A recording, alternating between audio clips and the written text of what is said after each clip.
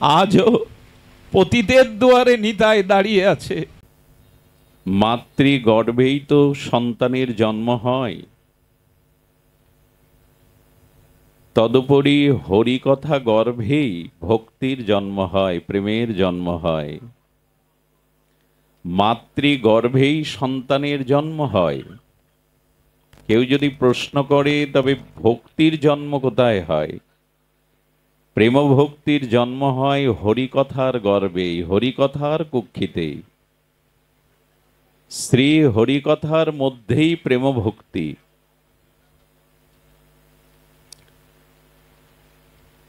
দেখুন, ভগবানের বাহন আছে, কিন্তু কলিযুগে ভগবান হরিকথাকে বাহন করেই তিনি এই বিশ্ব চরাচরে পরিব্যাপ্ত হয়ে পরিভ্রমণ করেন। ধ্যান দিয়ে শুনুন, শ্রী ভগবানের এই বিশেষ কলিযুগে বাহন হলো হরিকথা, ভাগবত কথা। এই হরি কথা, ভাগবত কথা কে বাহন করেই ভগবান জীবের হৃদয়ে পৌঁছে যান। যদিও শ্রাবণ সন্ধ্যা, ঝড়ো ঝড়ো বৃষ্টির ধারায় শ্রাবণের রূপ বা স্বরূপ, তার মাঝেও এত অনুগত জন, ভগবত প্রেমিক রসজ্ঞগণ আপনারা যে এসেছেন, আপনারা হরিকথাতেই মনোনিবেশ করুন। হরি নাম, হরিকথা ব্যতীত অনাদিকাল হতে আজ পর্যন্ত ভগবত ভক্তি কেউ লাভ করতে সমর্থ হননি। এমন কোনো দৃষ্টান্ত নাই শাস্ত্রে যে হরিনাম এবং হরি কথা ব্যতীত কেউ ভগবত চরণ লাভ করেছেন, প্রেম ভক্তি লাভ করেছেন। হরি কথা এবং হরি নাম, এই শ্রবণাঙ্গ ভক্তি এবং কীর্তনাঙ্গ ভক্তি হলো প্রেম ভক্তি লাভের উপায়, শ্রেষ্ঠ উপায়। এই জন্য আমরা এই ভাগ্য আজ প্রাপ্ত হয়েছি। হরিকথা শ্রবণের আমাদের কিন্তু আর সময় নাই। দেখুন, দেহ এবং আত্মা এই দুটিকে পৃথক করে জানা ব্যক্তি জগতে অত্যন্ত কম, বিরল। শতাংশে 90% মানুষের এই চেতনা নেই যে আমি দেহ নই, আমি আত্মা, আমি সচ্চিদানন্দ ভগবানের চিৎকণ আত্মস্বরূপ। আমার পোশাকটা এবং আমি যেমন আলাদা, আমি বহুবার পোশাক পরিবর্তন করি, কিন্তু দেহ পরিবর্তন বারবার পোশাকের মতো করি না। তেমনি আত্মা এবং দেহ এ দুটি ভেদ করে জানার মানুষ জগতে কম। মনুষ্যনাং সহস্রেষু কশ্চিৎ যততি সিদ্ধয়ে। 100 মানুষের ভিতরে 90 জন মানুষই আমরা চেষ্টা করি না দেহ থেকে আত্মাকে ভিন্ন ভাবার। ভাগবত কথার প্রথমেই হলো দেহ তুমি নও। আত্মস্বরূপ এবং দেহের যে পরিচয় এটি ভিন্ন, কিন্তু আমরা আত্ম অনুসন্ধান প্রায়শ করি না। আত্মার সন্ধান, আত্ম উপলব্ধি এ আমরা প্রায়শ করি না। ভাগবত সেটা জানিয়ে দেয় যে আত্মা হলো চিৎ স্বরূপ, প্রকাশ স্বরূপ, চেতন স্বরূপ, দেহ হলো জড় স্বরূপ। এই জড় দেহ বেশি দিন থাকবে না, এটা টিকবে না, এটা অনিত্য, কালের দ্বারা, মৃত্যুর দ্বারা কবলিত। সেই মৃত্যু যে কোনো সময় আমাকে গ্রাস করতে পারে। কাল কারো নিয়মে আসবে না, কালের নিয়মেই আমাকে গ্রাস করবে। গুরু নানক এবং জগৎ বিখ্যাত সন্ত শিরোমণি সন্ত কবির, গুরু নানক এবং সন্ত কবির একবার একত্রিত হয়েছিলেন। তো সন্ত শিরোমণি কবিরের চরণাশ্রিত শিষ্য জগৎগুরু নানকের চরণাশ্রিত শিষ্য বললেন, আপনারা দুই মহাত্মা একত্রিত হয়েছেন, যদি একটু সাধুকথা আলোচনা করতেন, শাস্ত্রকথা আলোচনা করতেন, আমরা পরম প্রীত হতাম, তত্ত্ব জানতে পারতাম। গুরু নানক এবং সন্ত শিরোমণি কবির একই পথে চলেছেন। সাধুদের পথ তো দুটো নয়, তারা ভজনের পথে, আধ্যাত্মিকতার পথে একই পথে চলে। অসাধুর অনেক পথ, সাধুর একটিই পথ, ভগবানের চরণে পৌঁছানো। তো দুই সাধু একসাথে যেতে যেতে আলোচনা কিছুই নয়। একটি স্থানে দাঁড়িয়ে গুরু নানক জোরে নিঃশ্বাস নিলেন হাঁ করে, আর সামনে সন্ত শিরোমণি কবির একটা পা তুললেন। দুজন দুহাত প্রসারিত করে উদ্ধবাহু করে আর পরম হাস্যবদনে একে অপরকে নমস্কার করে চলে গেলেন। শিষ্যরা বড় ব্যথিত হয়ে বললেন, কোনো বাক্য, কোনো আলোচনায় হলো না, আমরা তো কোনো তত্ত্ব জানতে পারলাম না। দুই মহারথী, দুই মহাজন একত্রিত হয়েছেন, ধ্যান দিয়ে শুনছেন নিশ্চয়। তো সন্ত কবির বললেন, আজ শাস্ত্রের সব থেকে নিগূঢ় বিষয় আলোচনা হয়েছে। আজকের সৎসঙ্গের ন্যায় সৎসঙ্গ অন্য কোনো দিন হয়নি। বলে কিছুই তো বললেন না, একজন হাঁ করলেন, একজন একটা পা তুললেন, এটা কি বুঝবো? তো বললেন, যিনি হাঁ করে নিঃশ্বাস গ্রহণ করলেন তিনি জানালেন, নিঃশ্বাসটা গ্রহণ করতে পারো, কিন্তু নিঃশ্বাসটা ত্যাগ করবে, ছাড়বে, প্রত্যাহার করবে, সুযোগ কাল তোমায় দেবে না। এরই নাম তো শেষ নিঃশ্বাস ত্যাগ। কাল বা মৃত্যু তোমার চুলির মুঠি ধরে আছে। নিঃশ্বাস প্রত্যাহার না করতে পারার নাম হলো শেষ নিঃশ্বাস ত্যাগ বা গ্রহণ না করতে পারা। আর একজন মহাত্মা পা তুলে বলছেন, যে চরণটা তুলেছি ওই চরণটা আবার মাটিতে দিয়ে হাঁটবো, কাল এ সময় আমাকে নাও দিতে পারে, তা যা করবার এর মধ্যেই করে নাও, সময় বড় কম। যা করবার এর মধ্যেই করে নাও, সময় তোমাকে দেবে না। নলিনী দলজল জীবন টলমল, হাজার হাজার মানুষের মৃত্যু দেখেও আমরা আমাদের মৃত্যুর কথা ভুলে আছি। এর থেকে আশ্চর্য কি আছে? সময় কারো হাতে নাই। প্রতিটি মানুষের এই চিন্তা করাই উচিত, এরূপ মনন করাই উচিত, সময় ফুরিয়ে আসছে। এই দুর্লভ ভজনযোগ্য মনুষ্য জন্ম পেয়ে যাতে ভগবত ভজন করতে পারি, এই জন্য আমাদের অপেক্ষা করা উচিত নয়। অপেক্ষা যেন আমরা কেউ না করি। সুধীজন, এই জন্য আসুন আমরা হরিকথাতেই মনোনিবেশ করি। বৃষ্টি দেখে মনে পড়ছে, আরে দেবরাজ ইন্দ্রের সৌদামণি মেঘের দ্বারা ব্রজবাসীদের তো ভাসিয়ে, জয় শ্রী রাধে, ব্রজবাসীদের দেবরাজ ইন্দ্রের সামন্তনী মেঘের দ্বারা বজ্রবৃষ্টিতে ভাসিয়ে নিয়ে যেতে চেয়েছিল। আচ্ছা একটু ধ্যান দিন তো, ব্রজবাসীরা দেবরাজ ইন্দ্রের সৌদামিনী মেঘের ভেসে যেতে গিয়ে কোনো আশ্রয় তো নিতে পারতেন, বৃক্ষের তলে, ছাদের তলে। তারা কোথাও আশ্রয় না নিয়ে শ্রী গোবিন্দের চরণে গেলেন কেন? গেলেন এই জন্য, জীবনে এছাড়া তো আশ্রয় আর কোথাও নাই। জীবনে যতই ঝড় আসুক, যতই প্রতিকূলতা আসুক, ব্রজবাসীরা দেখিয়ে দিচ্ছে অন্য কোনো আশ্রয় প্রকৃত আশ্রয় নয়, গোবিন্দের চরণই হলো একমাত্র আশ্রয়। ব্রজবাসীরা সমস্ত গাভীবৃন্দ, ব্রজবাসীবৃন্দ, বৃদ্ধ গোপবৃন্দ শ্রী গোবিন্দের চরণে বলেছিলে, জন্ম মরণ যা কিছু তোমার চরণেই। ওইখানেই তারা ছিলেন। তো শ্রী গোবিন্দ গিরিরাজ গোবর্ধন ধারণ করে জানিয়েছিলেন, সব জায়গায় যেতে যেও না, মাম একং শরণং ব্রজ। আমাদের আজ অনন্যতা নাই।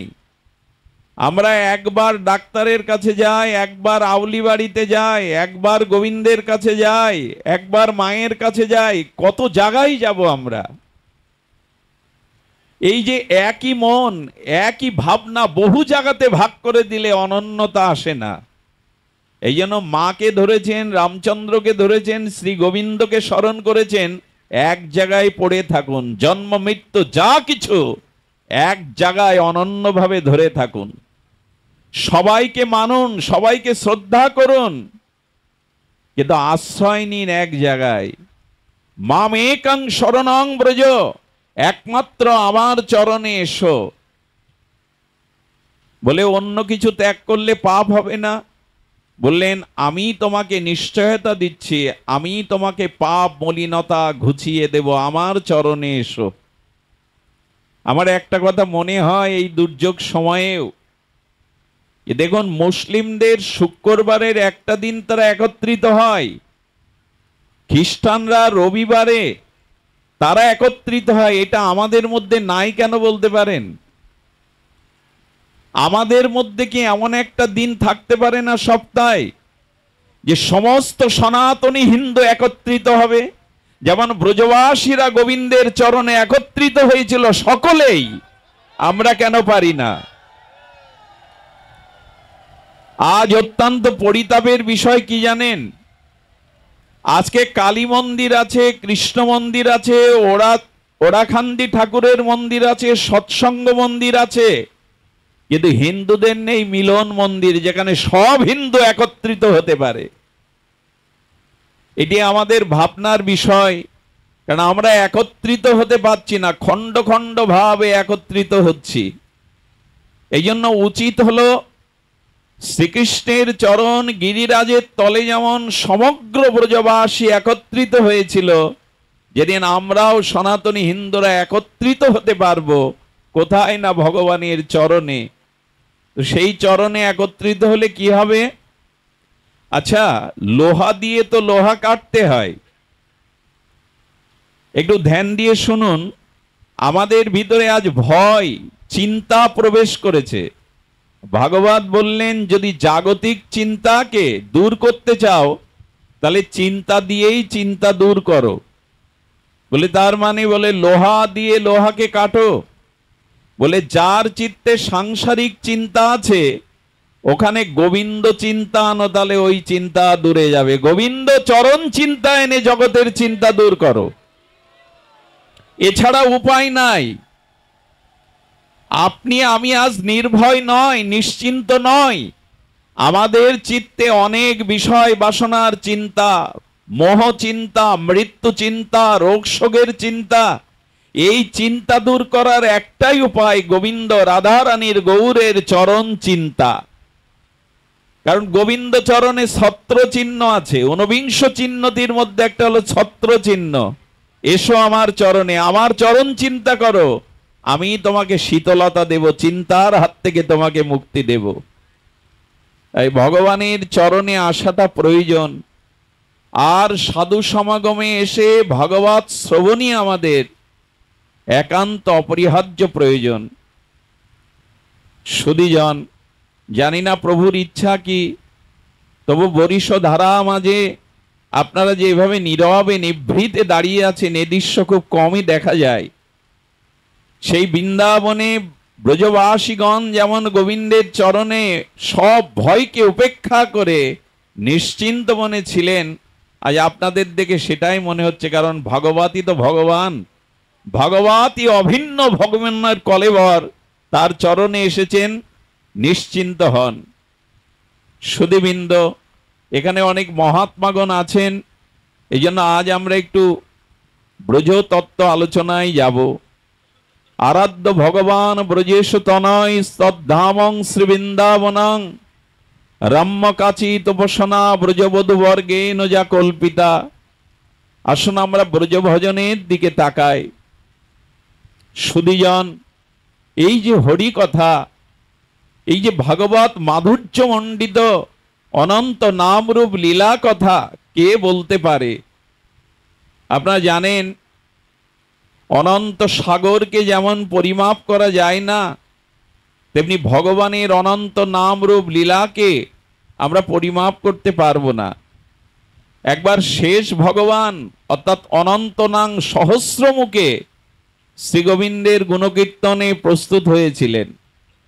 আচ্ছা, 1000টা মুখে যদি হাজারটা গোবিন্দের নাম রূপ লীলা একসাথে প্রকাশ করা যায়, অর্থাৎ একই সাথে 1000 ভগবানের গুণ প্রকাশ হচ্ছে, কিন্তু অনন্তনাগ শেষ ভগবান সহস্র মুখে ভগবানের গুণকীর্তন আর অন্ত না পেয়ে লজ্জিত হয়ে উনি পাতালেই প্রবেশ করেছিলেন।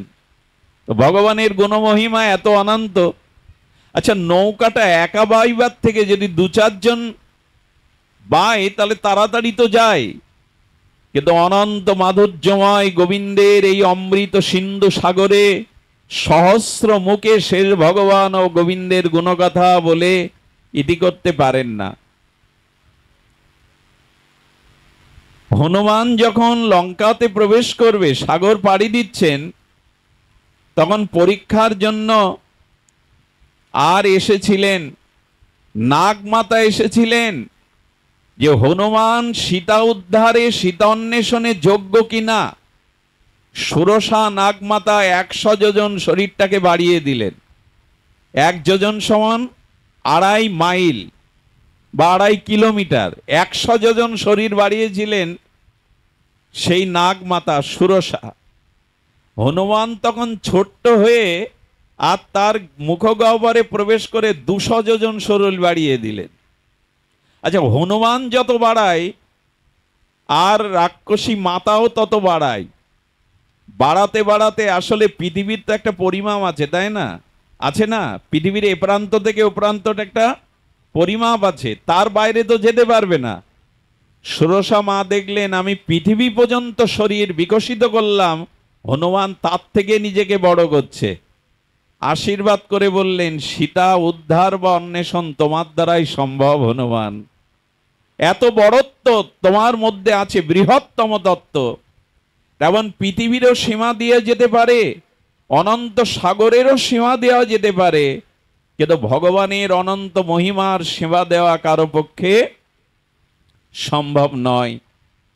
তো চলুন আমরা সেই অনন্ত মাধুর্যের সিন্ধু ভগবানের গুণমহিমা একটু ব্রজ আশ্রয় করেই শ্রবণ করি। সুধীবৃন্দ,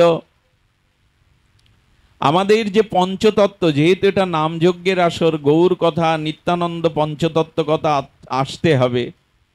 আপনারা লক্ষ্য করুন, এই পঞ্চতত্ত্ব ইতিপূর্বে জগতে আসেননি, এসেছিলেন তাদের অংশের অংশ কলা। এই যে পঞ্চতত্ত্ব আমরা দেখি, শ্রী বিগ্রহ রূপে পঞ্চতত্ত্ব দেখি, এই পঞ্চতত্ত্ব না জানলে আমরা হরিনামে ব্রজপ্রেমে যুগল ভজনে প্রবেশ করতে পারবো না।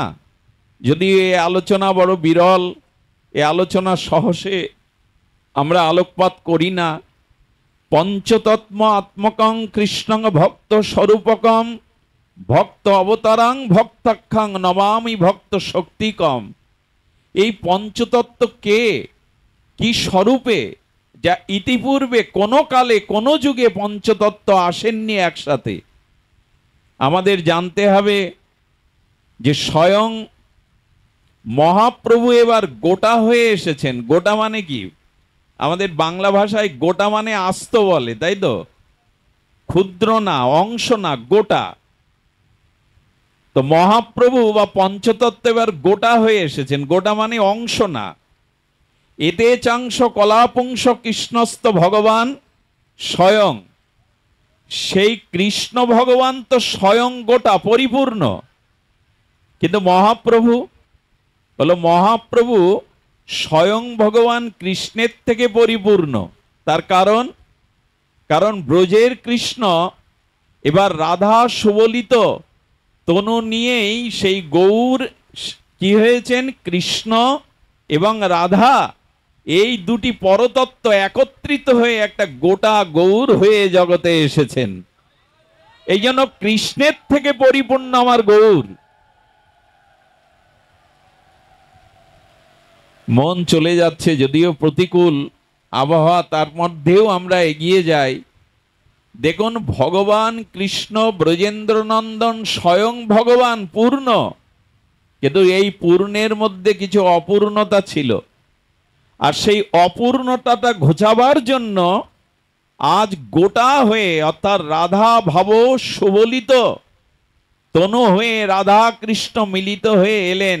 এই গৌর সব কলিযুগে আসে না, সব কল্পে আসে না, ব্রহ্মার একদিনে কেবল আসে। এই জন্য বললাম গোটা হয়ে এসছেন, অংশ হয়ে আসেননি, শুধু পূর্ণ হয়ে আসেননি, পরিপূর্ণ স্বরূপে মহাপ্রভু এসছেন। তার কারণ কি? চিরকাল নাহি করি প্রেম ভক্তি দান। আমি অন্যান্য যুগে প্রেম ভক্তি দান করতে পারিনি। কথাটি কি ঠিক হলো? সত্য যুগে প্রেম ছিল না, দাপরের ভক্তদের প্রেম ছিল না, ত্রেতাতে প্রেম ছিল না। বলে প্রেম ছিল, কিন্তু সেই প্রেম ছিল না।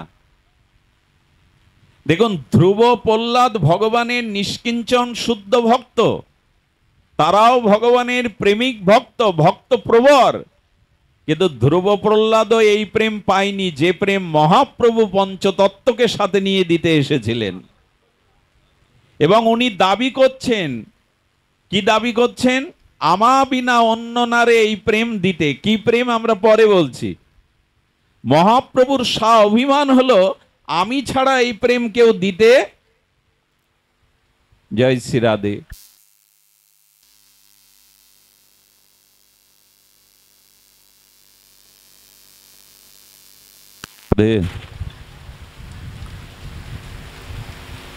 জয় শ্রী রাধে। বলো, কৃষ্ণচন্দ্র ভগবান পরিপূর্ণ স্বয়ং হলেও ব্রজের বাইরে এই প্রেম দিতে পারেননি। খুব গাঢ় কথা, গূঢ় রহস্য কথা, এটি জানতে হবে। না জানলে আমরা নামযজ্ঞ কি করব, আর যুগল উপাসনায় বা কি করব? দেখুন, ব্রজের বাইরে এই প্রেম গোবিন্দ দিতে পারেননি। এই জন্য আমা বিনা অন্য নারে এই প্রেম দিতে। কি প্রেম সেটি আমরা পরে জানব। তো চিরকাল নাহি করি প্রেম ভক্তি দান প্রভু রাম অবতারে করেননি, প্রভু সত্য যুগে ত্রেতা যুগে করেননি। বলে করেছি, ধ্রুব প্রহ্লাদকে প্রেম আমি দিয়েছি বটে, তারা প্রেম প্রাপ্ত হয়েছে, কিন্তু ধ্রুব প্রহ্লাদ ব্রহ্মা শিবাদি সনকাদিবৃন্দ যে প্রেম পায়নি সেটা হলো ব্রজ প্রেম, রাধা মাধুর্য প্রেম। সেটা কেউ দেয়নি। আমরা কত ভাগ্যবান, কত ভাগ্যবতী। দেখুন, এই প্রেম অন্য যুগে ধ্রুব প্রহ্লাদ পায়নি, ব্রহ্মাজিও পাননি। সেই প্রেম বিতরণের জন্য স্বয়ং পরতত্ত্ব পরিপূর্ণ, যাকে সহজ বাংলায় গোটা বলে, মহাপ্রভু সেই স্বরূপে এসেছেন। সাথে কাদের এনেছেন? দেখুন, পঞ্চতত্ত্ব ইতিপূর্বে জগতে আবির্ভূত হয়নি, তাদের অংশ এসেছে। যেমন পাশে যদি নিত্যানন্দ স্বরূপকে দেখেন, কে এই নিত্যানন্দ? নিত্যানন্দ মূল সংকর্ষণ। সেই মূল সংকর্ষণের অংশ হলো ক্ষীরোদশায়ী কারণকশায়ী গর্ভদোষায়ী বিষ্ণু। আর সেই মহাবিষ্ণু থেকে, কারণবশায়ী বিষ্ণু থেকে ব্রহ্মা বিষ্ণু মহেশ্বর যত অবতারগণ এসেছে, অর্থাৎ মূল সংকর্ষণ চতুর্ভুহের অংশের অংশ, কলা অংশানু অংশ এ জগতে এসেছে স্বয়ং সংকর্ষণ, যিনি বলরাম এবং লক্ষণ সহিত আজ নিত্যানন্দ রূপে এসেছেন। একা আসছেন না, ওর মধ্যে আরো 2-3 জন যুক্ত। আমরা কাকে দেখছি? পঞ্চতত্ত্ব। আমাদের ভাগ্য দেখুন, এরভাবে আসেননি তারা। আর নিত্যানন্দের মধ্যে আবার মঞ্জরি ভাবও আছে। নিত্যানন্দ একা নয়, ওখানে মঞ্জরি ভাবেও নিত্যানন্দ এসেছেন অনঙ্গ মঞ্জরি রূপে। অর্থাৎ নিত্যানন্দ স্বয়ং সংকর্ষণ বলরাম, অভিন্ন গোবিন্দের কায়বুহ, কিন্তু তার সাথে আবার এসেছেন মঞ্জরি ভাব নিয়ে। এই জন্য নিত্যানন্দ স্বরূপে স্বয়ং এসেছেন। অনুরোধ করছি, হাত জোড় করছি, এই কথাগুলি কোলাহলের মধ্যের কথা নয়। অনেক গভীরে না গেলে এ কথা আমরা অনুধাবন করতে পারবো না। কেন জানি না এ কথা এলো। আর পাশে যে অদ্বৈত প্রভু আছে, ইনিও কখনো স্বয়ং এভাবে আসেননি। জয় রাধে, জয় রাধে। অদ্বৈত প্রভুকে একটু ধ্যান দিন। মহাবিষ্ণু এসেছে বিষ্ণু অংশে অবতার এসেছে, মহাবিষ্ণু এই আসছেন। অদ্বৈত আচার্য হলেন মহাবিষ্ণু শুধু নয়, ওর সাথে ভগবান শঙ্করও একত্রিত হয়েছেন। আমি আগেই বলেছি এরা জগৎ কল্যাণে অংশ পাঠিয়েছে, কিন্তু স্বয়ং এভাবে আসেননি। আমাদের ভাগ্যে সেটা জুড়ল। আমরা ভাগ্যবান মনে করি তো। বাড়ি গাড়ি পেলেই কি ভাগ্যবান হওয়া যায়? বড় পদ প্রতিষ্ঠা পেলেই কি ভাগ্যবান হওয়া যায়? আসলে যা পেয়েছি আমরা, সে ভাগ্য আমরা বুঝতে পারিনি যে কাকে পেয়েছি, কাদেরকে পেয়েছি। এই জন্য ভগবান শিব এবং মহাবিষ্ণু তারা জগতের কল্যাণের জন্য একত্রিত হয়ে অদ্বৈত আচার্য হয়ে নেমে এলেন। এই ভাগ্য অন্য যুগে হয়নি, অন্য যুগে তারা আসবেনও না। আমরা সামনে রেখে দিয়েছি পঞ্চতত্ত্বকে, কিন্তু উপলব্ধি করলাম না কারা এসেছে, আমাদের কি দিতেই বা এসেছে। আচ্ছা, গদাধর পণ্ডিত গোস্বামীকে, মহাপ্রভুর বামে তো গদাধর। এই গদাধর হলো, দেখুন, নিত্যানন্দ হলো ভক্ত স্বরূপ, আর ভক্ত রূপ হলেন মহাপ্রভু, আর ভক্ত অবতার হলেন অদ্বৈত আচার্য, আর ভক্ত শক্তি স্বরূপ এসেছেন গদাধর গোস্বামী। আচ্ছা, গদাধরকে বলো রাধারানীর অংশ শক্তি গদাধর। কিন্তু আমার একটা প্রশ্ন জাগে, রাধা কৃষ্ণ মিলিত হয়ে যদি গৌর হয়ে এলেন, পাশে গদাধর রাধা স্বরূপ কেন? রাধারানী আবার একটা স্বরূপ নিয়ে গদাধর হলেন কেন? এ প্রশ্ন আসবে কিনা? এ প্রশ্ন আসবে কিনা? কিন্তু আসা স্বাভাবিক। আর শ্রীবাস ঠাকুরের দিকে তাকান, স্বয়ং নারদের সাথে প্রহ্লাদ আদি মিশে আর ভক্ত শক্তি রূপে প্রকাশ হয়েছেন আমাদের শ্রীবাস ঠাকুর। এই পঞ্চতত্ত্বের মধ্যে আমরা একটু জানব যে দেখুন, আবার রাধারানী কেন গদাধর রূপে বামে আছেন। আচ্ছা, এই যে রাধা কৃষ্ণ মিলিত হয়ে গৌর হলেন, প্রেম ও পরতত্ত্ব পরম উপভোগ করলেন, তিনটি বাঞ্ছা অপূর্ণ ছিল ব্রজে, সেটা পূর্ণতার জন্য। সেই পূর্ণতাটা কি? আমি এবার হাত জোড় না করে পারবো না, আপনাদের কর্ণেন্দ্রিয় বুদ্ধি মনকে এদিকে দিন, এ কথা যেন কোলাহলে বাদ না যায়। দেখুন, ব্রজে যে আস্বাদনটা হয়নি গোবিন্দের, সেটা গৌর অবতারে উনি উপভোগ করছেন। কি উপভোগ করছেন? তবে শুনুন, এ রসের কথা আমি খুব আলোচনা কমই করেছি জীবনে, হয়তো দু এক জায়গায় করেছি। সেটা হলো ভগবানের আস্বাদনের দুটি রস, একটি হলো স্বকীয়া আর একটি হলো পরকীয়া। এই তত্ত্ব না জানলে গৌড়ীয় আমরা ব্রজপ্রেম রাধা প্রেমকে নিকুঞ্জ মন্দিরের সংবাদকে পাবো না। কি কি বললাম মা? স্বকীয়ার পরকীয়া, এটা আমাদের আস্বাদনের একটু বিষয়বস্তু, যা যদি গুরু মহারাজ কৃপা করেন, আপনাদের প্রসন্ন দৃষ্টির কৃপা সঞ্চিত হয়, তবে হয়তো এই বঞ্চিতের দ্বারা এই রস আস্বাদন সম্ভব। দেখুন, স্বকীয়া এবং পরকীয়া, এই পরকীয়া এবং স্বকীয়াটা না বুঝলে আমরা গৌর এই মাধুর্য মিলিত বিগ্রহ বা গৌর উপভোগ আস্বাদন এটা বুঝতে পারবো না। স্বকীয়াতে যে রস আছে, তার থেকে কোটিগুণ রস আছে পরকীয়াতে। তবে একটা সতর্ক করে দিই, একথা শুনতে গিয়ে যেন মানসী বুদ্ধি আমাদের মধ্যে না আসে, অর্থাৎ নারী পুরুষ বুদ্ধি যদি আসে তবে অভিশাপ নিতে হবে। একথা বড়ুক সতর্কভাবে পথ চলতে হবে। এখানে নারী পুরুষের কোনো কথা নয়, এখানে প্রেম ও পরতত্ত্বের কথা, এখানে সচ্চিদানন্দ আনন্দের কথা, এখানে রক্ত মাংসের পিণ্ড বুদ্ধি নয়। অর্থাৎ শ্রীমতী লাদিনী শক্তি অধীশ্বরী রাধারানীকে কেউ যদি রক্ত মাংসের যুবতী ভেবে বসেন, এ লীলা তার না শোনাই উচিত। এ লীলা শুনলে তিনি অভিশাপের মধ্যে পড়ে যাবেন। রাধারানী রক্ত মাংসের সুন্দরী নয়, দেবী কহে দোতমানা পরমা সুন্দরী। রাধারানী পরমা সুন্দরী মানে রক্ত মাংস দিয়ে গড়া রাধারানী নয়। সচ্চিৎ আনন্দের যে প্রেমঘন স্বরূপবৃত্তি লাদিনী, সেই প্রেম দিয়েই গড়া। এখানে প্রেমের মূর্তি, এখানে প্রেম ছাড়া, সচ্চিদানন্দ তত্ত্ব ছাড়া রক্ত মাংসের পিণ্ড কোনো অভিশপ্ত দেহ নয় রাধারানীর। এই জন্য আমাদের মানসী বুদ্ধি ত্যাগ করতে হবে। নরনারীর, যুবক যুবতী, নায়ক নায়িকার স্বজাতীয় এই প্রেমকে এর মধ্যে আনলে কিন্তু প্রবেশ না করে অভিশাপ নেমে আসবে। তাই আগেই সতর্ক করি, রাধারানীকে মানসী বুদ্ধি করবেন না, রক্ত মাংসের বুদ্ধি করবেন না। তো স্বকীয়াতে যে আনন্দ আছে, রস আছে, উচ্ছ্বাস আছে, তার কোটিগুণ আছে পরকীয়াতে। ভগবান কোনটা ভোগ করবেন, অল্প না বড়টা? ভগবান কোনটি ভোগ করবেন? অল্প ভোগ করেন কি তিনি? যার সামর্থ্য আছে, ক্ষমতা আছে, সে অল্প ভোগ করে? সে তো মহত্তমই ভোগ করবে। আচ্ছা, অগস্ত্য ঋষি কয় সমুদ্রের জল পান করেছিলেন নিঃশ্বাসে? 7 সমুদ্রের জল। আমরা পারবো তো?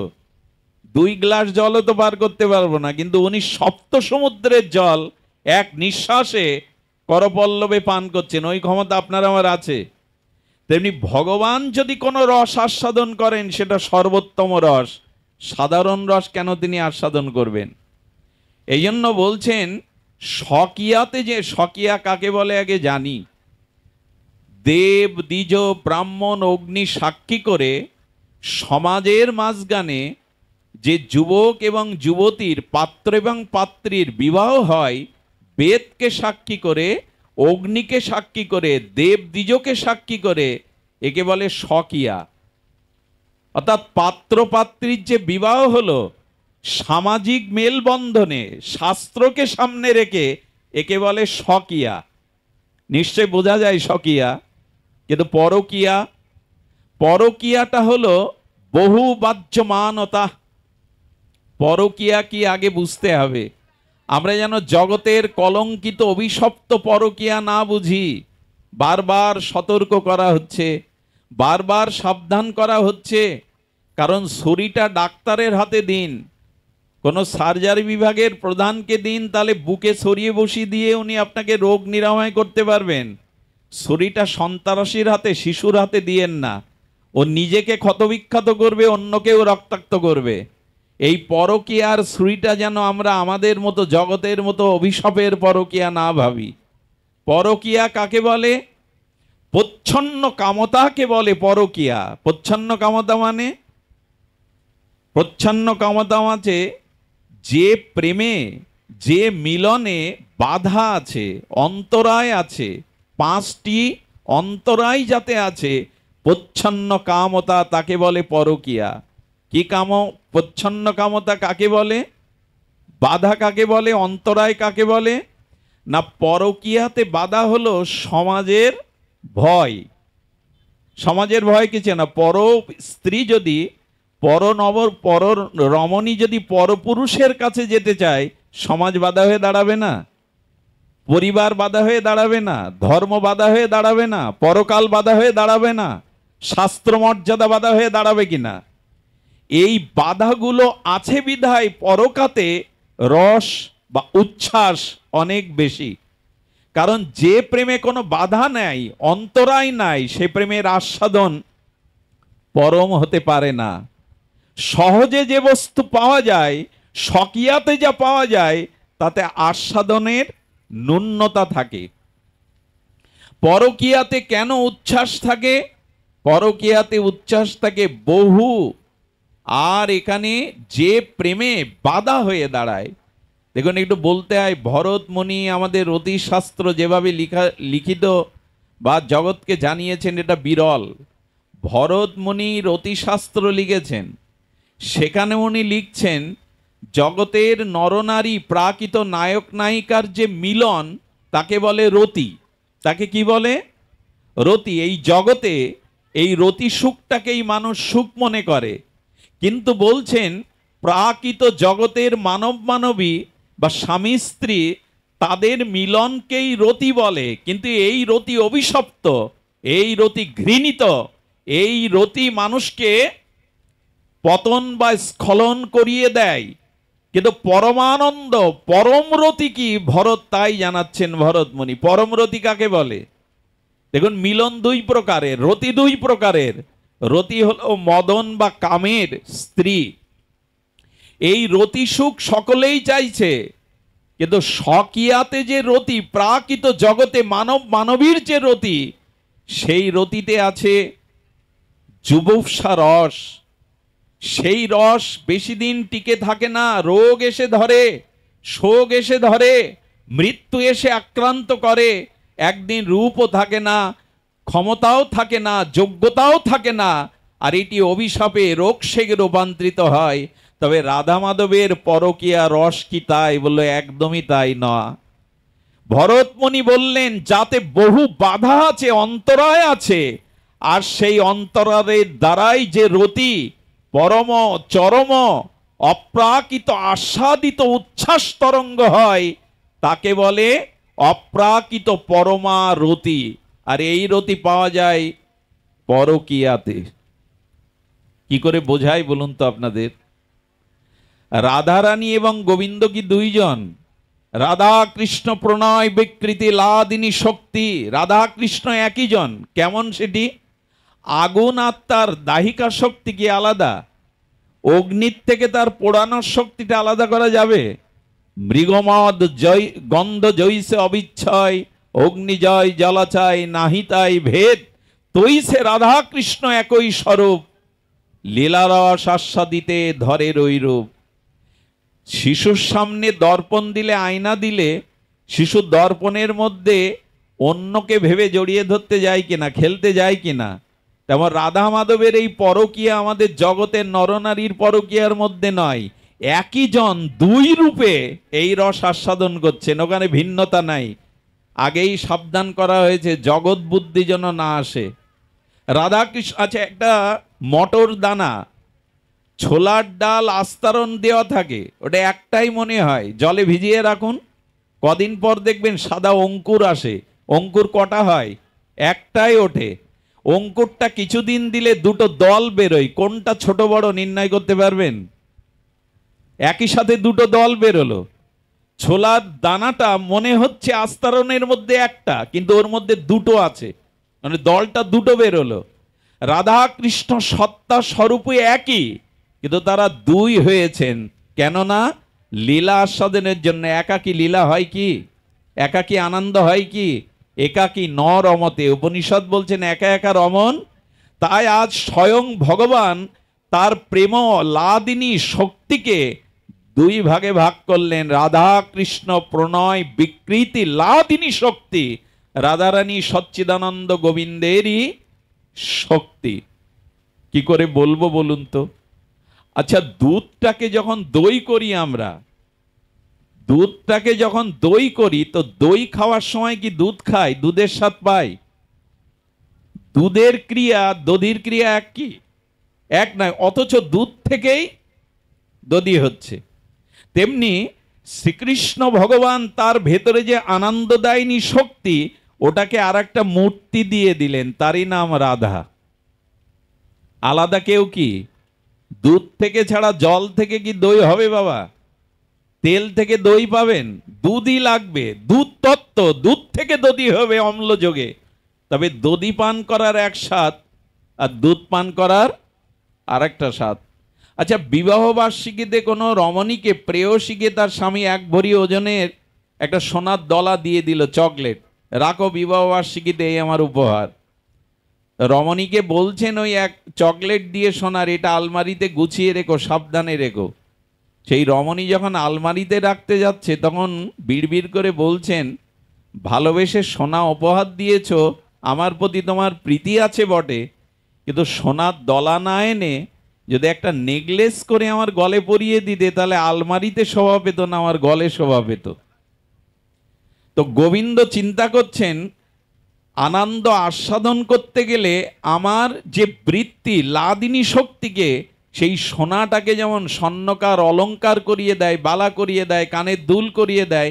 আচ্ছা, স্বর্ণটা যখন স্বর্ণকার শিল্পমণ্ডিতভাবে চেন করে দিল গলার, ওতে সোনা ছাড়া কি আর কিছু আছে? আগে ছিল সোনা, এখন নাম নিল নেকলেস। আগে সোনা ছিল দলা, এখন একটা আকার হয়ে গেছে। তেমন কৃষ্ণ প্রেমটাই আকার হয়ে রাধা হয়ে গেছে। রাধা রানী অন্য কেউ না। দুধটা যেমন দই হয়েছে। আচ্ছা লক্ষ্য করুন তো, দই থেকে দুধে ফিরে আসা যাবে? একটু ধ্যান দিন, দই থেকে আবার দুধে ফিরে আসা যাবে কি? কোনোদিন যাবে না। তাহলে রাধা কৃষ্ণ দুই হয়ে আবার এক হলেন কি করে গৌর? দই থেকে দুধে ফিরে আসা যাবে মা? কোনোদিন যাবে না। তাহলে সেই রাধা কৃষ্ণ দুই হলেন, এক হয়ে গৌর হচ্ছেন কি করে? বলে দুই হওয়া যাবে। দুই হওয়া যাবে কি করে জানো? দইটা দুধ হবে না, কারণ তত্ত্বত অন্যতা প্রকার বিকার।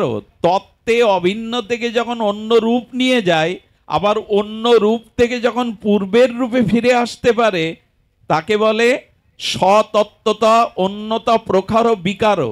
বস্তু বিকার হয়েও যখন আবার ফিরে আসতে পারে স্বরূপে, তাকে বলে বিকার। তো বিকারটা আছে, সোনার চেনটা গলিয়ে আবার সোনার দলা করা যাবে কিনা? যাবে কিনা? কাঠ পুড়িয়ে ছাই হলে ছাই থেকে আর কাঠ পাওয়া যাবে না। দুধ দই করলে দই থেকে আর দুধ পাওয়া, কিন্তু সোনাটা গলে চেন করলে আবার গলিয়ে সোনার দলায় ফিরে আসা যাবে। মাটির ঘরটা ভেঙে গেলে আবার ওই মাটিকে নরম করে মাটিতে আবার ফিরিয়ে আনা যাবে। তেমনি দুই হলেন বটে, কিন্তু আস্বাদনের জন্য আবার দুজন এক হয়ে যাচ্ছেন। এই হলো আমার গৌর। আর এখানে স্বকীয় রস নয়, পরকীয় রস। সেটি কেমন? বাধা আছে, সমাজের বাধা, শাস্ত্রের বাধা, মর্যাদার বাধা, পরিবারের বাধা। বাধাটা কেমন জানেন? একই তো রাধা কৃষ্ণ। আপনারা বৃন্দাবনের কোকিলা বনের কথা শুনেছেন। কোকিলা বনে দাঁড়িয়ে দাঁড়িয়ে গোবিন্দ কুহু কুহু রবে ডেকেছিলেন, অর্থাৎ সংকেত দিচ্ছেন রাধারানীকে অভিসারে আসবার জন্য। তো যেখানে কুহু কুহু শব্দে ডেকেছিলেন, ওই বনটার নাম হয় কোকিলা বন।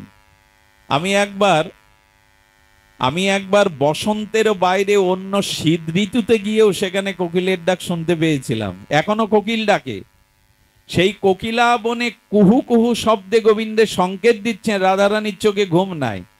রাধারানী আস্তে আস্তে, বৃদ্ধ জরাতুর জটিলা আছে, কুটিলা আছে, রাধারানী আস্তে আস্তে দরজাটা যেই খুলতে যাবেন সন্তার্পণে, জরাতুর বুড়ি জটিলা বলছে, কে রে কে রে, দরজা খোলে। আবার রাধারানী বন্ধ করে ভয়ে বসে আছেন। আবার গোবিন্দ কুহুরবে। সারাটা রাত যোগমায়া তাদের মিলন করতে দিলেন না। এই বাধা না থাকলে প্রেমের উচ্ছ্বাস আসে? সহজে যে বস্তু পাওয়া যায় তার প্রতি প্রীতির উচ্ছ্বাস থাকে না। তো এই পরকীয়া কোথায় আছে?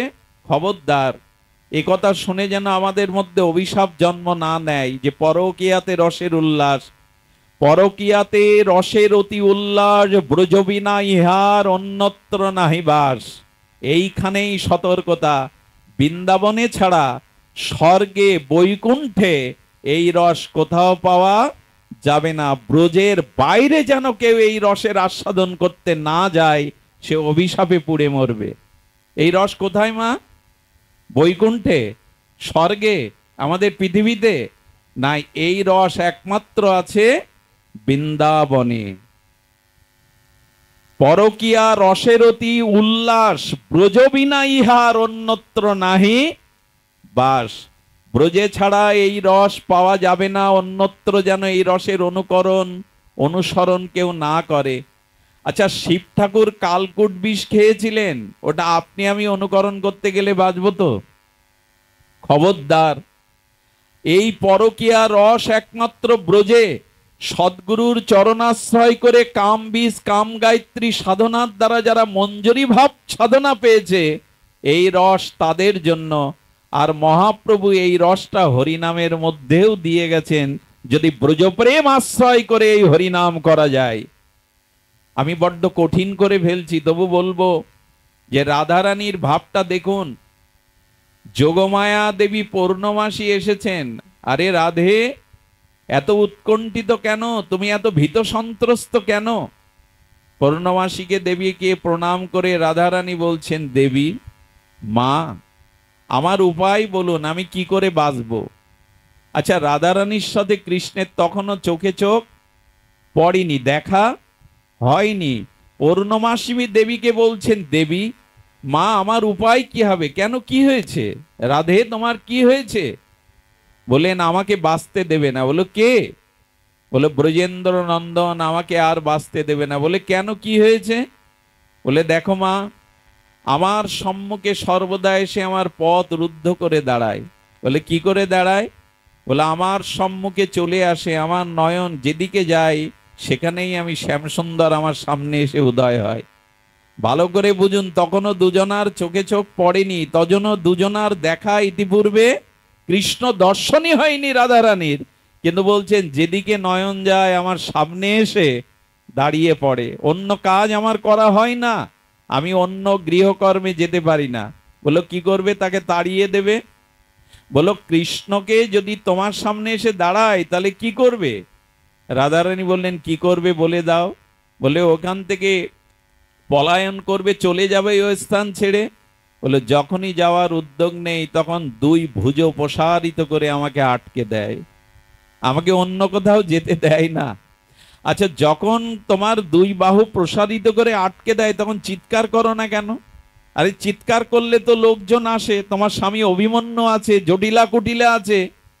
বলে, যেই চিৎকার করি এই বলবান তার করপল্লব দিয়ে আমার মুখ কেটে ধরে, চিৎকার করতেও দেয় না। দেখা কিন্তু এখনো এখনো কিন্তু কেউ কাউকে দেখেনি, কিন্তু এই দেখুন উচ্ছ্বাসটা কোথায়, রস কোথায়, আবেদনটা কোথায়, নিবেদনটা কোথায়। বলেন, তা যখন করপল্লব দিয়ে চেপে ধরে তখন পৌরক্রিয়া, পৌর মুদ্রা কেন অবলম্বন করো না? অর্থাৎ দন্ত দিয়ে কেন কামড়াও না? একটু শক্তি প্রয়োগ কেন করো না? হাতটা সরিয়ে নেয়। বলে, শক্তি প্রয়োগ করতে যখন যাই, শক্তি প্রয়োগ যখন করি তখন আমার চরণ জড়িয়ে ধরে যে আমায় ছেড়ে দিও না, আমায় ছেড়ে কোথাও যেও না। আমার চরণ জড়িয়ে ধরে। আমার উপায় আর কি হবে? আমি তো ছাড়তে পারছি না, তাকে ত্যাগ করতে পারছি না। এটা আশ্চর্যের কথা কি জানেন? ব্রজবাসীরা কৃষ্ণকে মন থেকে তাড়াবে বলে ধ্যান করে, জানেন? ঋষিমুনিরা ধ্যান করে গোবিন্দকে হৃদয়ে ধারণ করবে বলে, আর ব্রজগোপিকারা গোবিন্দকে হৃদয় থেকে তাড়াবে বলে ধ্যানে বসে, যোগে বসে। বলে, তাড়াতে পেরেছো? বললো, ধ্যান করতে থাকলে তাড়াতে গেলে আরো বেশি এসে উদয় হয়। বলে, তাড়াতে চাও কেন ভগবানকে হৃদয় থেকে? বললো, ও আমাদের সংসার করতে দেবে না, ও আমাদের ভালো থাকতে দেবে না। বললো, কেন? বললো, সকালবেলা যখন গাবি দহন করি তখন কৃষ্ণ এসে বলে, জানো গোপী, যশোদা মা কাল রাত্রে আমাকে খেতে দেয়নি, এই দেখো আমার বড় ক্ষুধা লেগেছে, তো কি করব? বললো, বাটটা দুগ্ধের পাত্রে না টেনে আমার মুখের দিকে টানো না, মুখে এসে দুগ্ধ পড়ুক। তো যখন বাটটা গোপালের, গোবিন্দের বদনের দিকে হা করে আছে, আমরা টানতে যাই, শাশুড়ি এসে চুল ধরে। আরে পাত্রে দুধ না তেলে মাটিতে কেন বাইরে দুধ ফেলাচ্ছ? শাশুড়ি তো আর দেখছে না ওখানে দুধ কে পান করতে এসছে। ওর মনের ভাবনা যে গোবিন্দ সামনে এসে খেতে চাইছে। আচ্ছা, ঘরটা মুছিয়ে আমি যখন একটু ঘুটে দিতে যাই না, বৃন্দাবনে গোমাতা আছে, গরু আছে, আর তখন দেখি আমার ঘরে ননি ঢেলে আর আসবাবপত্র সব নষ্ট করে দেয়। আমি তখন গোবরটার আগে ছুঁড়ে মারতে গিয়ে মাঝে মাঝে শাশুড়ির মুখে পড়ে, শাশুড়ি কি আমাকে রাখবে, বৌমা রূপে সংসার করতে দেবে? আচ্ছা, যখন রাঁধতে যাই তখন জলটা কড়াইতে না দিয়ে জ্বলন্ত কাঠের উপরে দিয়ে বসি বাঁশির সুরে। আমরা সংসার করব কি করে? তাই আমরা ধ্যান করছি যাতে অন্তর থেকে কৃষ্ণকে তাড়িয়ে দিতে পারি। ধন্য গোপী তোমাদের চিন্তা। মুনি ঋষিরা ধ্যান করে গোবিন্দকে হৃদয়ে বসাবার জন্য, আর ওরা ভোলার জন্য। রাধারানী দেবীকে বলছে, দেবী একটা উপায় করো, আমি তো ওর হাত থেকে বাঁচতে পারছি না। পূর্ণমাসী দেবী তখন বলছেন, আছে রাধা, তাহলে তুমি একটা বর চাও, আমি তোমাকে আজ বর দিতে রাজি আছি। রাধারানী কি চাইলো জানেন? হে দেবী, বর দিন যাতে এক্ষুনি আমার মৃত্যু হয়, আর সেই সাথে এই বর দিন আমি মৃত্যুর পরে যেন একটা ভ্রমরী হতে পারি। বলে, রাধারানীর স্বরূপে মরতে চাইছো, ভ্রমরী হতে চাইছো কেন? বলো, ভ্রমরী হয়ে আমি তার গলার কুসুম মালার মধ্যে সুগন্ধ, তার বক্ষ গন্ধ নেব, এবং ভ্রমরী হয়ে তার গলের এই ফুলের মালার মধ্যে তার বুকের গন্ধ নেব, আমাকে এই বর দিন। এমনি করে রাধা রানী ভাবাবিষ্ট হয়ে বসে আছেন। আপনাদের কি বলবো রাধা প্রেম। গোবিন্দ যখন মাথুর বিরহে মথুরায় চলে গেছেন, আর তখন রাধা রানীকে গিয়ে ললিতা বিশাখা সান্ত্বনার জন্য বললেন, রাধে, আমরা প্রতি রাত্রেই স্বপ্ন দেখি শ্যামসুন্দর আমাদের কলসি ভেঙে দিয়েছে, শ্যামসুন্দর আমাদের পিছু পিছু দৌড়াচ্ছে, রাধে তুমি স্বপ্ন দেখো না গোবিন্দের? রাধারানী স্মিত বদনে বলছেন, ঘুম হলে তো তবে স্বপ্ন দেখতে হয়, আমার তো কৃষ্ণ যাওয়ার পরে, প্রাণনাথ যাওয়ার পরে আমি ঘুমাতেই পারি না, তো স্বপ্ন কোথায় দেখব? স্বপ্ন দেখে তো মানুষ ঘুমালে, ঘুমের মধ্যেই। কৃষ্ণ ব্রজেন্দ্র নন্দন যাওয়ার পরে আমার চোখে আর ঘুমই আসেনি, তো আমি স্বপ্ন কোথায় দেখব? রাধারানীর গোবিন্দ এই যে উচ্ছ্বাস বড় বড় বড় উচ্ছ্বসিত, এই জন্য দেখবেন স্বকীয়াতে যে রস আছে, সেই রসের থেকে চরম পরম আর উচ্ছ্বসিত রস হলো পরকীয়াতে। পরকীয়া রতের অতি উল্লাস, ব্রজবিনা ইহার অন্যত্র নাহি বাস। এই রসের আস্বাদন আমার মহাপ্রভু করতে এসেছেন। এই যে উপভোক্তা করতে এসেছেন, গম্ভীরার মধ্যে কি রস আস্বাদন করছেন? উনি মাথুর বিরহে বিরহিনী রাধা ভাবে তার শ্যামসুন্দরকেই আস্বাদন করছেন বিরহ ভাবে। এই যে পরকীয়া রস, এই রসের আস্বাদনের জন্যই আর এই লীলা। মহাপ্রভুর এই লীলাকে যারা অনুসরণ করেননি, তারা মহাপ্রভুকে পেয়েও অনেক কিছু পাওয়া হয়নি তাদের। আর এই সংবাদটা আমাদের জগতে জানিয়েছেন কারা জানেন? ষড় গোস্বামীগণ। যদি গোস্বামীগণকে কৃপা না করতেন, আমরা এই রসের সন্ধান, ব্রহ্মাও জানে না, তো আমরা কি করে জানবো? এই রস ব্রহ্মাও পায়নি, সেই রস আচার্যগণ ব্রজের নিষ্কিঞ্চন ত্যাগ বৈরাগ্য ভজন করে আমাদের এই ভজন রস দিয়ে গেছেন। এই জন্য আমাদের মধ্যেই পরকীয়া রস তখনই হবে। আচ্ছা, আমাদের গতিটা কোথায়, যাওয়াটা কোথায়, আমরা যাব কোথায়? বারবার কিন্তু এই বিন্দাজির বন্দনায় বলা হচ্ছে, এই মনের অভিলাষ বিলাস কুঞ্জে দিয়বাস। কোথায় এই যাওয়ার ইচ্ছাটা কোথায়? গৌর এই ইচ্ছাটা নিয়েই এসেছিলেন আমাদের দিতে, যে রাধারানীর সখীর আনুগত্য নিয়ে বিলাস কুঞ্জে তোমার যেন বাস হয়। তবে এ শরীরে হবে না, গুরুদেবার দেওয়া শ্রীগুরু মহিমায় এই রক্তমাংসের দেহের মধ্যে আত্মনাং চিন্তায়তে তত্র তাসাং মধ্যে মনোরমম, সেই এই নিবেদন ধরো সখীর অনুগত করো। এই নারী দেহে, এই পুরুষ দেহে ওখানে যাওয়া যাবে না, যেতে হবে সেই রাধারানীর কিঙ্করী, রাধারানীর মঞ্জরি ভেবে। এই ভাবনাটা আমাদের ভাবতে হবে এই লীলার সাথে, নামের সাথে, চিন্তনের সাথে। সুধীবৃন্দ, এবার বলি, তবে গদাধর পণ্ডিত গোস্বামী কেন রাধা শক্তি নিয়ে এলেন? এ কথাটি বলেই আমি আপনাদের বেশি বিড়ম্বনা বা অত্যাচার করব না। অনেক দূর দূরান্ত থেকে এসেছেন, ফিরে যাওয়ারও তাগিদ সকলের আছে। গদাধরের কথা বলতে বলতে রেগেছিলাম, এ কথা আপনাদের শুনতেই হবে প্রাণ দিয়ে, মন দিয়ে, বুদ্ধি দিয়ে। শ্রদ্ধালু হয়ে শুনুন, রাধারানী কেন ওখানে দাঁড়িয়েছেন তার কারণটি জানুন। আমরা পরকীয়া রসের কথা বলছিলাম, এর উচ্ছ্বসিত ব্রজপ্রেমের তরঙ্গ আমরা শুনতে শুনতে যদি গদাধরে আসি, তবে দেখব গদাধর বামে কেন জানেন? আচ্ছা, রাস রজনীতে রাধারানী বলছেন, শ্যামসুন্দর তোমার নৃত্য দেখাও।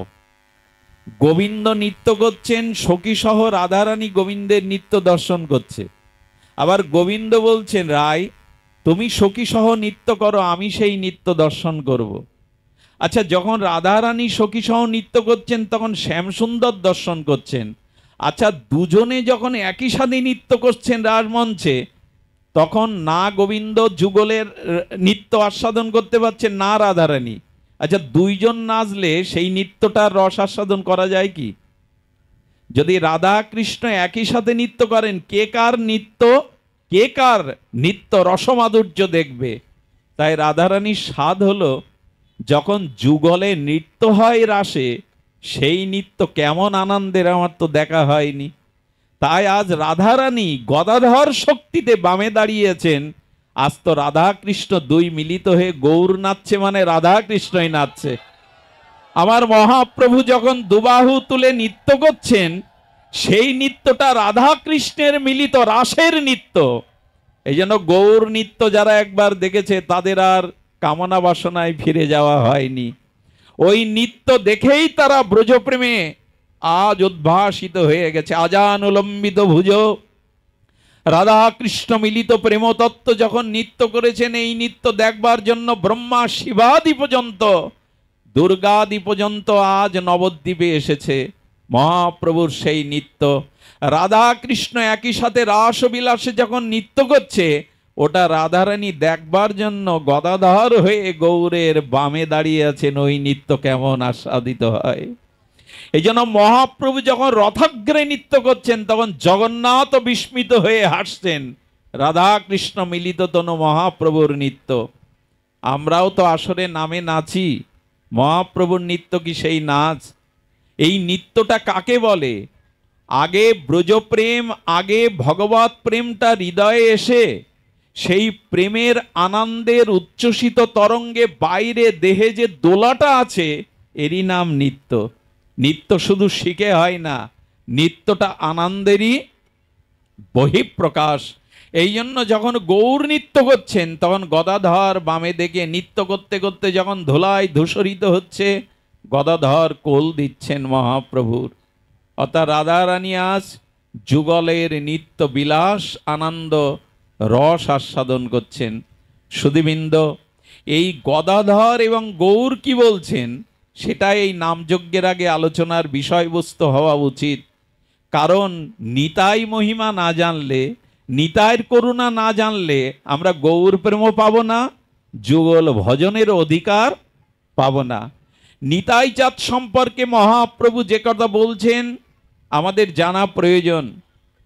অভিন্ন নিত্যানন্দ, অভিন্ন গৌরচন্দ্র তত্ত্বই হলো নিত্যানন্দ। নিতাই চাঁদ এবং গৌরচন্দ্র অভিন্ন। অভিন্ন গৌরাঙ্গ তনু আমার নিত্যানন্দ মহাপ্রভু সবার কাছে প্রকাশ করেননি। রাঘব ভবনে এসে পানিহাটিতে বলছে, রাঘব আমাকে তোমার গোপ্য কথা কই। নিত্যানন্দ ভিন্ন, আমি এবং নিত্যানন্দতে এক তত্ত্ব ছাড়া ভিন্ন দেখবে না। তিলধ্ব নিত্যানন্দ যে নিন্দা করে, আমারে ভজিলেও সে আমাকে পাবে না। তিলধ্ব নিত্যানন্দকে এড়িয়ে নিত্যানন্দকে যারা নিন্দা করে, তারা গৌর প্রেম পাবে না। আর নিতাই চাঁদের আশ্রয়, নিতাই চাঁদের কৃপা ব্যতীত যেমন গৌর কৃপা পাওয়া যাবে না, আর গৌরচন্দ্রের কৃপা না হলে ব্রজে রাধা মাধবের কৃপা পাওয়াও কোনোদিনও যাবে না। যদা যদা গৌর পাদার বিন্দ বিন্দিত, যতদিন গৌর চরণে নিত্যানন্দ আমাকে পৌঁছে না দিচ্ছেন, ততদিন ব্রজ ভজন আপনি আমি। আসলে আমরা গৌর গৌর করছি, নিতাই নিতাই করছি, কিন্তু এই তত্ত্ব না জেনে কিন্তু পাওয়া যাবে না। পাইতে নাই বলেছে, নিতাইয়ের কৃপা বিনা ভাই ব্রজে রাধা কৃষ্ণ। আচ্ছা পেলে কি হবে? আচ্ছা কোনো মধু সংগ্রহকারী ব্যক্তি যদি মধুর চাক পায়, তো মধুর চাক পেলে তো আনন্দ হওয়ার কথা, কিন্তু আনন্দ হবে না যদি চাকে মধু না থাকে। আচ্ছা চাক পেয়ে লাভ আছে যদি মধু না পাওয়া যায়? তেমন নিতাইকে না পেলে রাধা কৃষ্ণ পেতে পারেন, কিন্তু তাতে মধু পাওয়া যাবে না। মাধুর্য আস্বাদন নিত্যানন্দই দিয়ে দেবে। কার কাছে যেতে হবে মা? আগে নিতাই ভজ, নিতাই না ভজলে গৌর পাবে না, আর গৌর চরণে না গেলে ব্রজের যুগল উপাসনা ও মাধুর্য কোনো কালে পাওয়া যাবে না। এই জন্য নিত্যানন্দ তত্ত্ব কি গৌর বলছেন, গদাধর বলছেন যে নিত্যানন্দ কৃপা ছাড়া কেউ গৌর পাবে না। আর আমরা তো নিতাই ছাড়া আমাদের কোনো উপায় নেই। মা সকল, বাবা সকল যারা এসেছেন, আপনাদের কাছে বিনীত নিবেদন করে বলি, নিতাই চরণ আশ্রয়, নিতাই কৃপা ছাড়া আমাদের কোনো গতি নাই। আমাদিশ পতিত জীবের কোনো গতি নাই। আচ্ছা নিতাই চাঁদ কি নাম ধরেছেন? পতিত পাবন। পতিত কাকে বলে? যারা শ্রুতি এবং স্মৃতিশাস্ত্র বিধান না মানে, যারা ধর্মকে ত্যাগ করেছে, তাদের বলে পতিত। বেদাদি শাস্ত্রের নিয়ম যারা পালন করে না, যারা ধর্মকে পরিত্যাগ করেছে, তাদের কি বলে? পতিত বলে। পতিত মানে স্খলিত যিনি, যাকে কৃপা করার কেউ নেই। কিন্তু নিত্যানন্দ কি নাম ধরেছে? পতিত পাবন।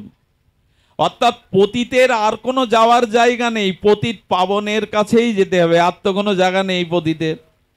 জন্মে জন্মে পাপ তাপ স্খলন বেদাদি শাস্ত্র ধর্ম আমি মানিনি, আমি এই দেহ সর্বস্ব করে সংসারের পাপ তাপ ভোগ করেছি, আমার গতি কে করবে? বলে পতিত যিনি, তার গতি অন্য কোথাও নেই। পতিত পাবন যিনি, তার কাছে যাও। পতিত পাবন নিতাই ছাড়া কে আছে? আচ্ছা, নিতাইয়ের ললাটেই তো জগাই মাধাই মেরেছিল না? মহাপ্রভুর রক্ত কিন্তু ঝরেনি, মহাপ্রভুকে ওরা আঘাত করেনি, কিন্তু কৃপাটা করলো তো নিতাই। আঘাত নিল নিতাই, রক্ত ঝরালো নিতাই। মহাপ্রভু সুদর্শনও ডেকেছিলেন, কিন্তু করুণা দাতা একমাত্র আমার নিতাই। নিতাই বলেছে মহাপ্রভুকে, প্রভু আমার কোন জন্মের যদি কোনো সুকৃতি থাকে, আমি মাদাইকে দান করলাম, ওকে কৃপা করো গৌর। এই জন্য আমাদের মতো পতিতের আর কোনো আশ্রয় নাই। পতিত যাবে পতিত পাবনের কাছে। কিন্তু নিতাই চাঁদ কি বলছে জানেন? তোমরা পতিত হয়ে পড়ে রয়েছে। আচ্ছা, পড়ে থাকা ব্যক্তি কখনো হেঁটে যেতে পারবে কোথাও? যার হস্ত পদ শক্তিহীন হয়ে পড়ে রয়েছে ধুলায়, সে যাবে কি করে পতিত পাবনের কাছে? তাই নিতাই চাঁদ দেখলেন এই যুগের মানুষেরা এত পতিত হয়েছে, ওরা আমার কাছেও আসবার ওদের শক্তি নাই। তো যদি পতিত পাবন নাম নিয়ে থাকি, তোমাদের আসার দরকার নেই, আমি তোমাদের দুয়ারে যাব, আমি তোমাদের দুয়ারে যাব।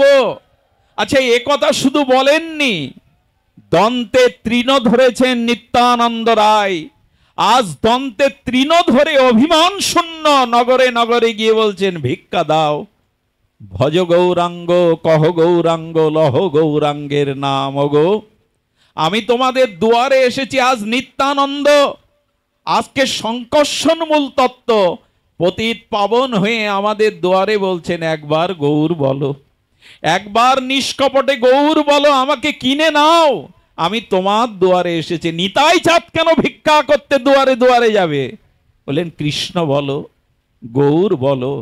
তবু কি বললাম আমরা? এ আহ্বানে কি সাড়া দিলাম?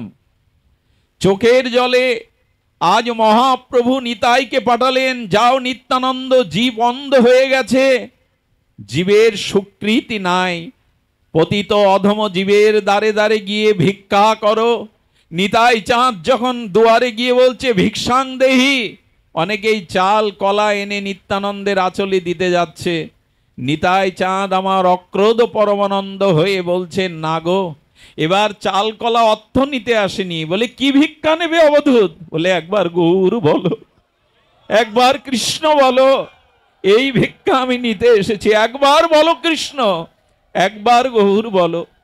বলে, একবার বললে কি হবে? বলে, আমি বলছি, দিনন্তে যে নিতাই বলে একবার, সে হয় আমার, আমি হই তার। একবার নিষ্কপটে গৌর বলো, কৃষ্ণ বলো, তিনি তোমাকে আশ্রয় দিবেন। তিনি তো পতিত পাবন হয়ে এসছেন। এই জন্য নিতাই কাউকে বঞ্চনা করেনি, নিতাইয়ের কৃপা হতে জগতে কেউ বঞ্চিত হয়নি। আচ্ছা, আজ যদি বলা যায়, প্রশ্ন করে, আমার দুয়ারে তো নিতাই আসে না আজ, আমি আপনাদের দৃঢ়তার সহিত বলতে পারি, আজও আপনার দুয়ারে নিতাই দাঁড়িয়ে আছে। আজও পতিতের দুয়ারে নিতাই দাঁড়িয়ে আছে। আমরা দেখছি না কেন জানেন? আচ্ছা, ঘরের ভেতর থেকে যদি দুয়ারে খিল দেওয়া থাকে, দরজা আটা থাকে, বাইরে কে আছে দেখা যাবে? নিতাই চাঁদ আমার দুয়ারে দাঁড়িয়ে, কিন্তু আমার দুর্বাসনার দুয়ার আমি খুলে দেখলাম না, আমার বাসনার দুয়ার খুলে দেখলাম না, দুয়ারে নিতাই দাঁড়িয়ে আছে। দুয়ারে পতিত উদ্ধারণ লীলায় নিতাই দাঁড়িয়ে আছে। একবার বাসনার দুয়ার খুলে দিন, বাসনার দুয়ার খুলে দিয়ে দেখবেন নিতাই চাঁদ আজও দাঁড়িয়ে আছে।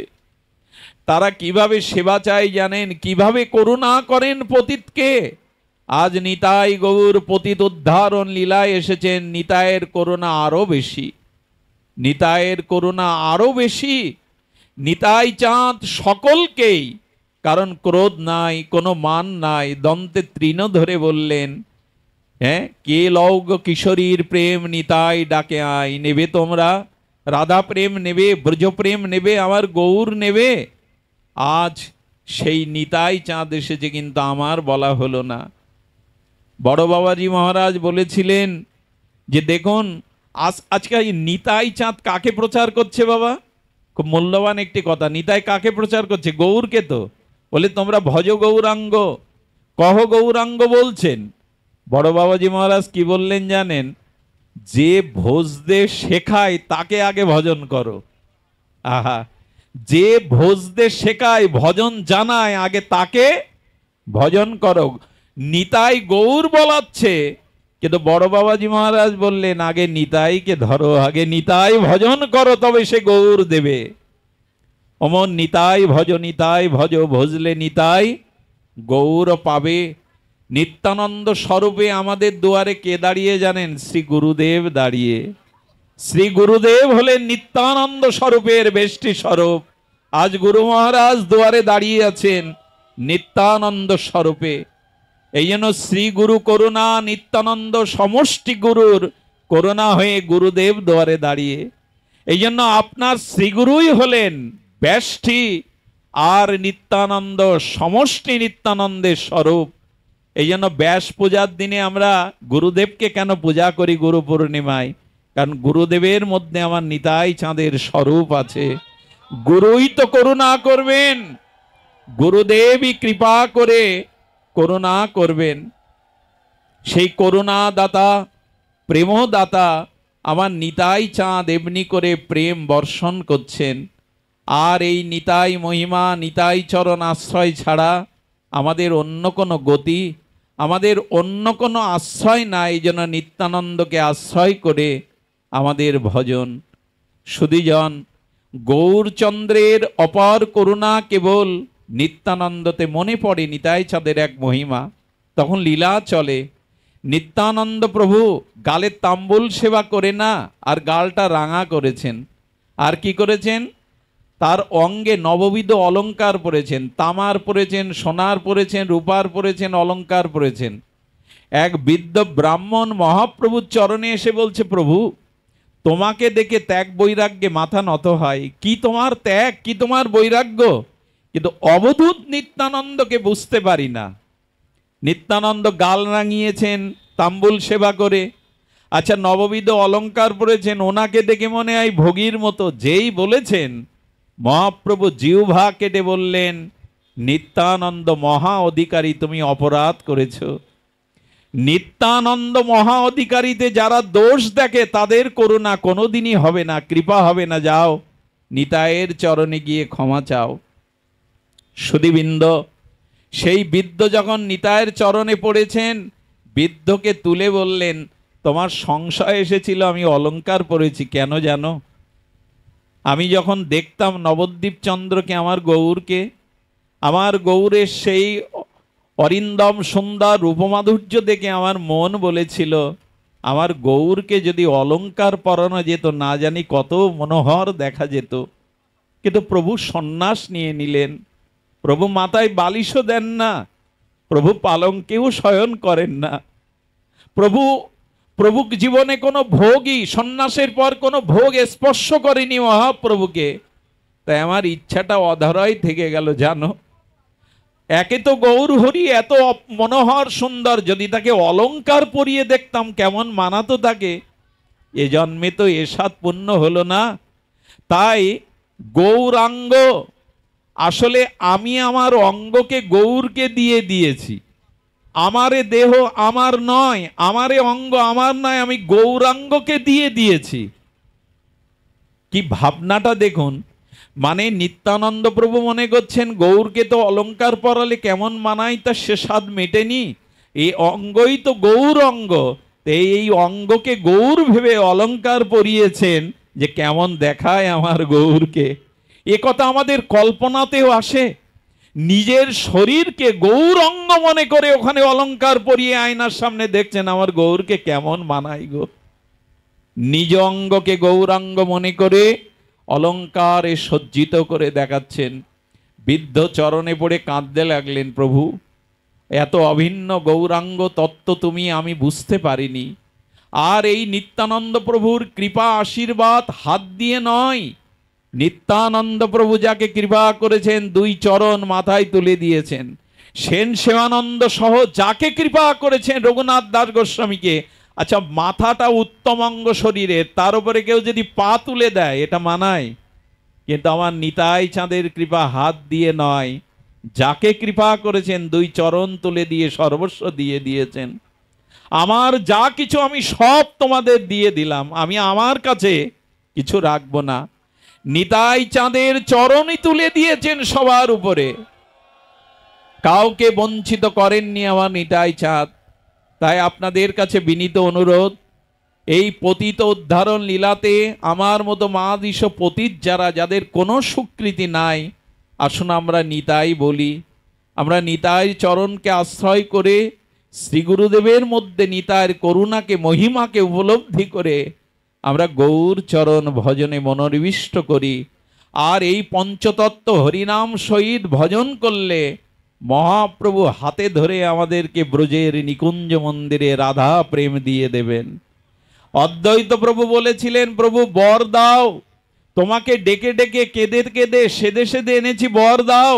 সেই বর হলো কলির জীবকে হাতে ধরে তুমি বৃন্দাবনের নিকুঞ্জ মন্দিরে পৌঁছে দেবে, প্রেম সেবা দিয়ে দেবে। তাই আপনাদের কাছে অনুরোধ, নিতাইয়ের করুণাকে অবলম্বন করে গৌর চরণকে জড়িয়ে ধরে চলুন। আমরা শ্রীধাম বৃন্দাবনের প্রেমের পথের অধিকারী হই, ব্রজপ্রেমে আমাদের চিত্তটাকে ব্যাকুল করি।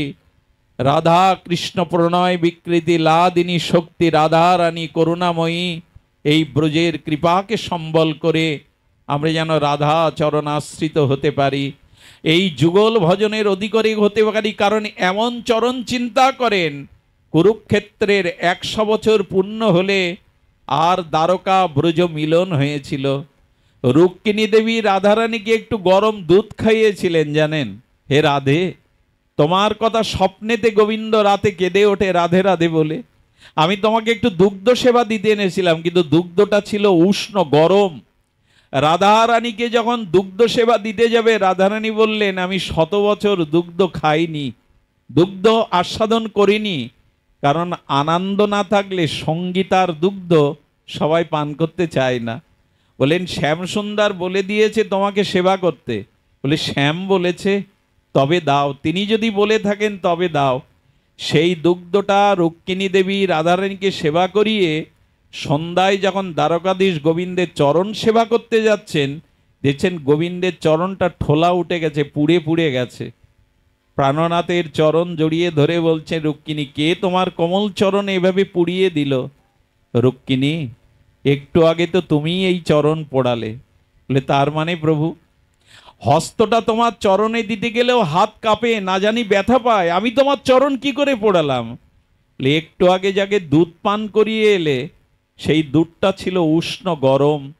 আর রাধারানী হৃদয়ে আমার চরণ ছাড়া অন্য কিছু যে থাকে না। ওই দুগ্ধটা পানের সাথে সাথে রাধারানীর চিত্তে আমার চরণেই এই তাপ লেগেছে। এ কি ব্যাখ্যা করার কথা গো? এ কি জড়বুদ্ধি মানুষকে বোঝানোর কথা যে রাধারানীর হৃদয়ে গোবিন্দ চরণ ছাড়া অন্য কিছু নাই? কবে এইভাবে হৃদয় হবে? হে রাধে, হে করুণাময়ী, শয়নে স্বপনে জাগরণে নিদির ধ্যানে যেদিকে তাকাই, কবে শ্যামসুন্দরকে তোমার কৃপায় উপলব্ধি করতে পারবো। এই পঞ্চতত্ত্বের কৃপা নিয়েই আমরা আগামীতে যে নামযজ্ঞ হচ্ছে, সেই নামযজ্ঞই আমরা অর্পিত হব, সমর্পিত হব, নামকেই গ্রহণ করব।